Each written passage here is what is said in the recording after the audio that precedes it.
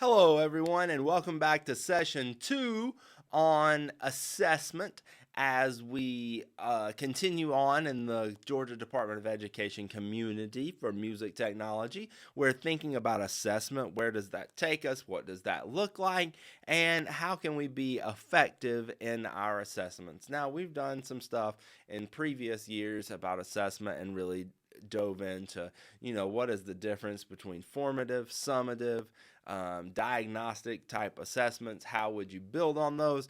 But I want to take a little bit different spin on this segment, and I want us to think about rigor of assessment over just regurgitation of information.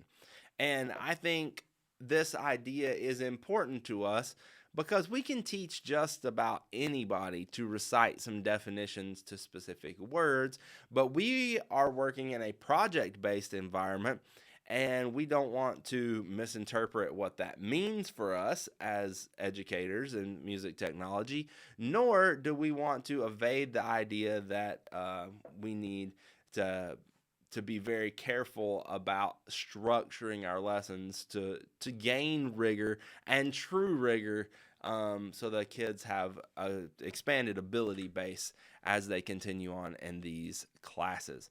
So one thing I want us to think about is how can we develop assessments that focus on rigor over just recitation or regurgitation. So one thing that I've seen a lot about lately is this depth of knowledge idea. So this is a taxonomy that allows us to move our rigor or our content perspective from just being able to recall a basic activity to applying and making strategic thought choices and even getting into extended thinking.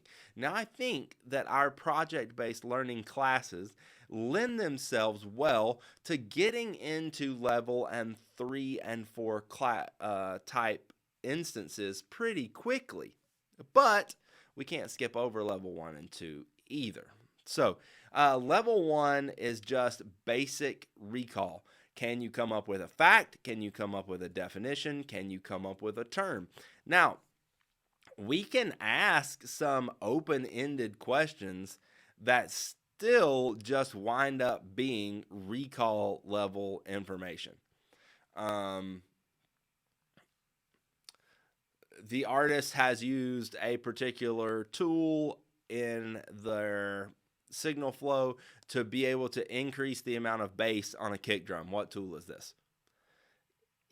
Yeah, that might be a little bit of a wordy question, but in the end, that's more just a level 1 or 2 question, to be able to get to that idea. Probably more a level 2 because that's completing multiple steps in order to find a solution, and they had to problem solve just a little bit in that. But really, that's just kind of using the basic definition of an equalizer. You want to boost a specific frequency in the kick drum.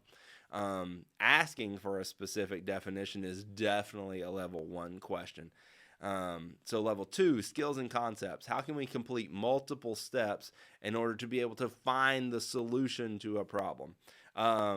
Require students to make informed decisions about problem solving and different procedures. They can classify information. They can organize information, estimate, collect data. And then when we get into level 3, now we're talking about reasoning, planning, using evidence or a higher level of thinking.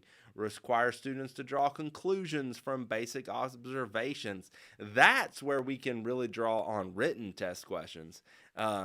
Provide them some observations and allow them the opportunity to make their own conclusions, which might be more open-ended questions other than just ABCD questions, but making them justify, explain, and draw conclusions. Whereas level 4, harder to do in written format, but still doable.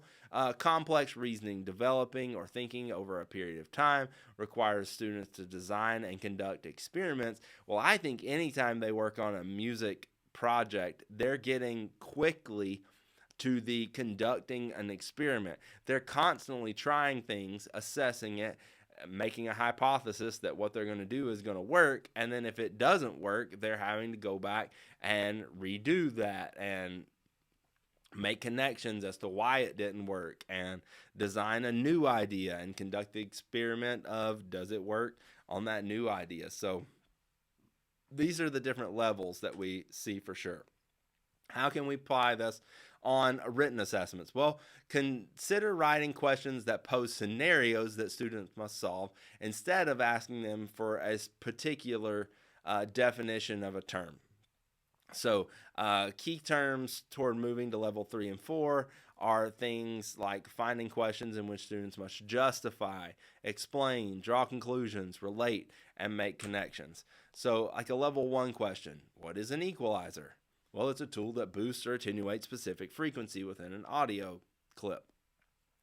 Level 3, if a DJ was trying to remove the original kick drum beat of a particular song in order to create their own new beat underneath, what tool might they use?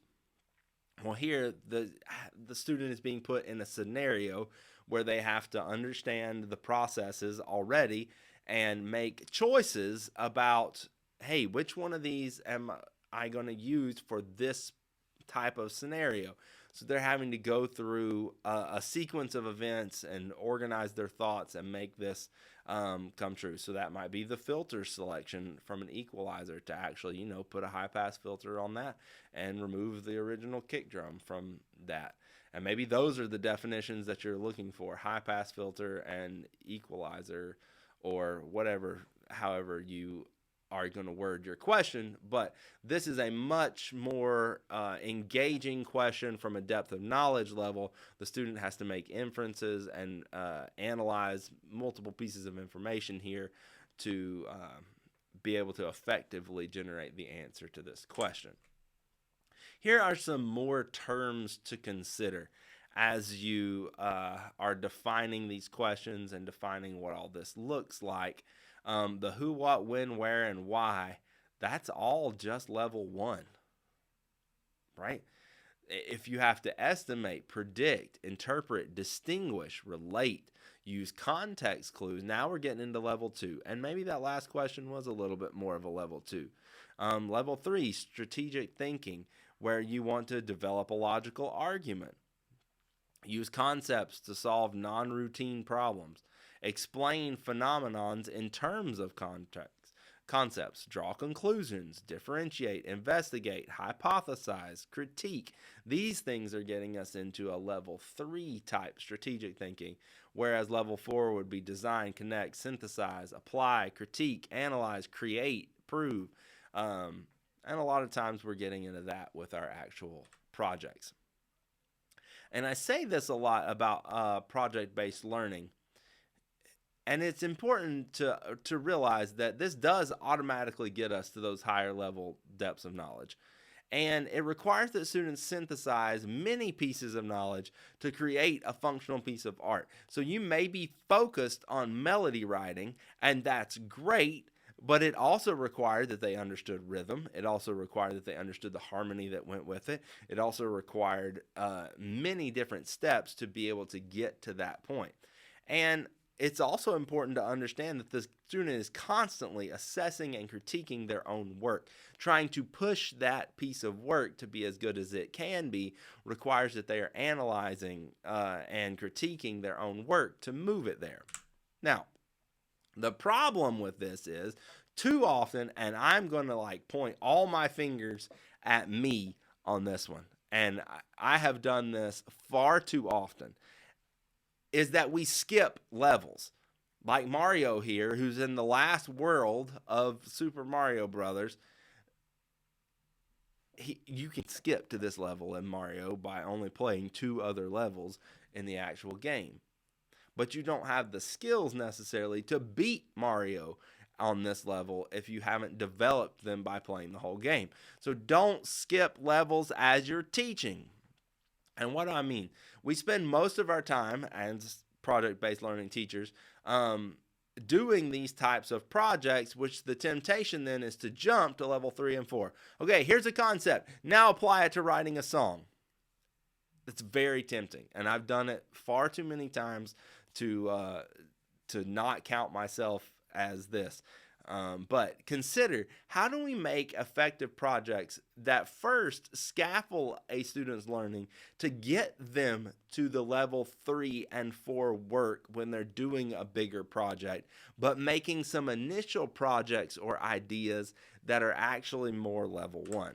So, for instance, if I was to teach a student about the fundamentals of rhythm, tempo, beat, subdivision, and then give them examples and have them define what they're hearing, that would be like a level 1 starting base. And then if I had them in a project and demonstrate how to use a sequence or a piano roll, maybe have them copy a pre-made drum pattern from like an Excel spreadsheet or something, and assess them for how accurately they can put it into the computer. That's just showing me, can they click the right buttons? That's still a pretty basic concept there. But I want to make sure that they understand, like, here's a pattern. I can repeat that into the computer. Maybe then have them get into like a more level 2 by manipulating the standard beat pattern they have by moving 4 notes to a different place. Can they create a new concept just by moving these notes around? Then I might have them complete some basic dictation exercises on a single drum instrument. For example, I might play some sounds and then have them dictate them back. They're having to critically listen and analyze and be able to pull their bits and knowledge together in a more difficult way. Then present a drum pattern that has multiple instruments from a famous song and have them recreate that idea. Much more difficult as far as analyzing and applying. And then finally, we're going to get up to having them create a song where all the drum patterns are created through original composition. So here we've stepped the students through this idea of where their project is and how we can appropriately level this to be able to get to the right depth of knowledge without just skipping over levels 1 and 2 and assuming they have all the knowledge to get to level 3 and 4 and be super creative. You want to scaffold that knowledge so that it builds appropriately. I really appreciate you coming out today and taking the time to watch this information with the Georgia Department of Education communities. I hope this has helped you a little bit in thinking about how you build your units and your lessons, and you find it useful in the future. Thanks. See you soon for part 3.